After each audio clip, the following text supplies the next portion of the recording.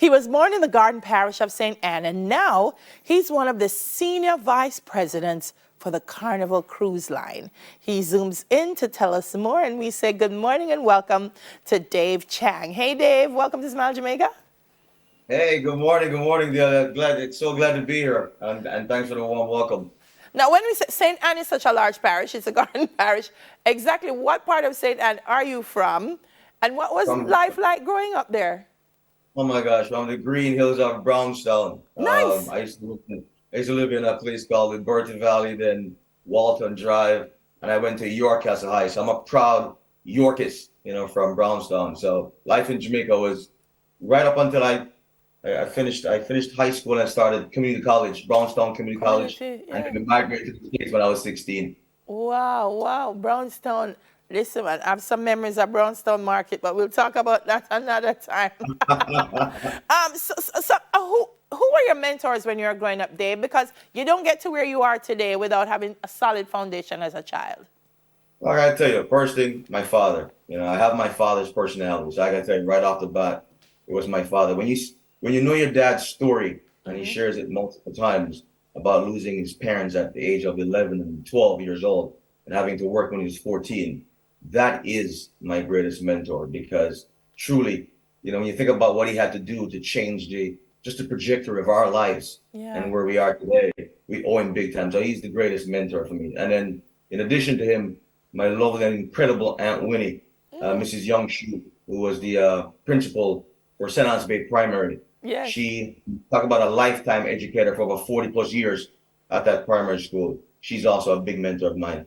Yeah. So a solid background in terms of academics, education, the importance of it, and hard work. So you migrate to the States. Tell me how you reach where you reach now, Dave. I'm so keen to know. People always when people ask me that question, I would say, it still comes back to dad and what I saw, my mother, what they Right. went through. When you migrate from Jamaica, they come here for one reason. They're trying to give you the best possible advantages they can, right? And so that hard work is kind of just ingraining. It's kind of like your DNA. And so from that, I started working at another cruise line first, and then I got the opportunity to start Carnival Cruise Line as a sales manager. And from there, that hard work, that persistence, that sales, learning, improving, opened up other opportunities, and you just continue to grow with it. Now it's been 20 years, and here I am today. But it all stems back to what I learned all the way from, daddy and mommy and my Aunt Winnie. It's ingrained in me. So Yeah. that has helped a lot.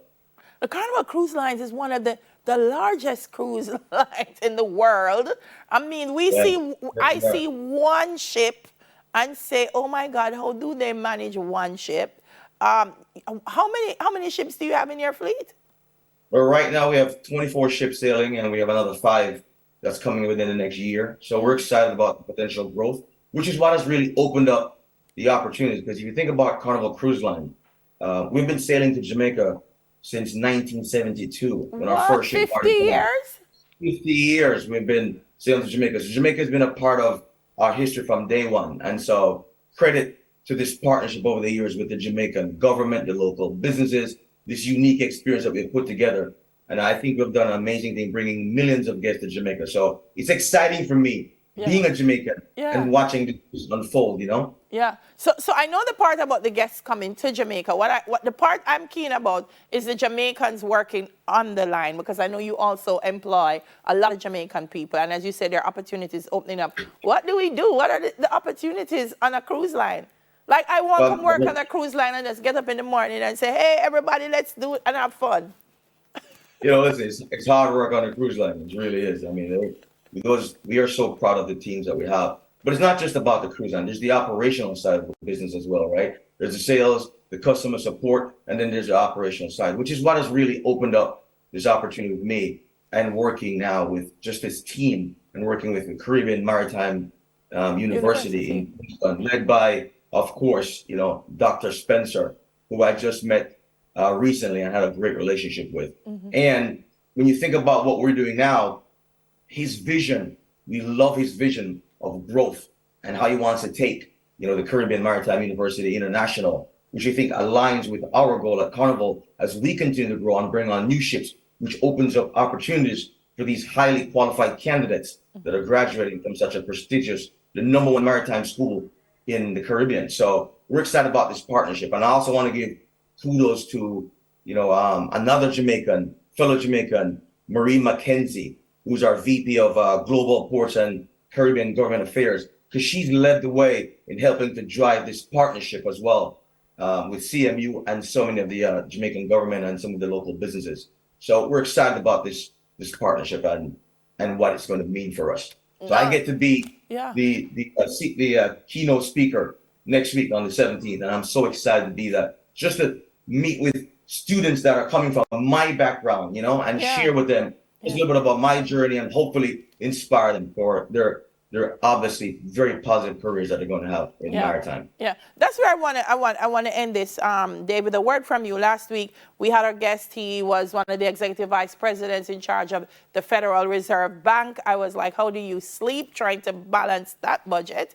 And now here you are, a senior vice president. You mentioned Marie. For Jamaicans who are watching and thinking, I want to have big dreams, but is it possible? What do you say to them?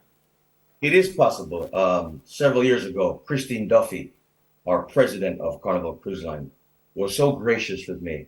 I got a chance to go back to my alma mater, York Castle High, and I had the opportunity to bring 30 of our honor roll students and about 10 of the faculty members on board the ship. And what I loved about that, Daly, was the opportunity for them to experience the ship. They took pictures, them photos, and they did all their photos, their Instagram, all their posts. But it allowed these children the opportunity to step on board the ship. They passed by all the time, watching it in ports.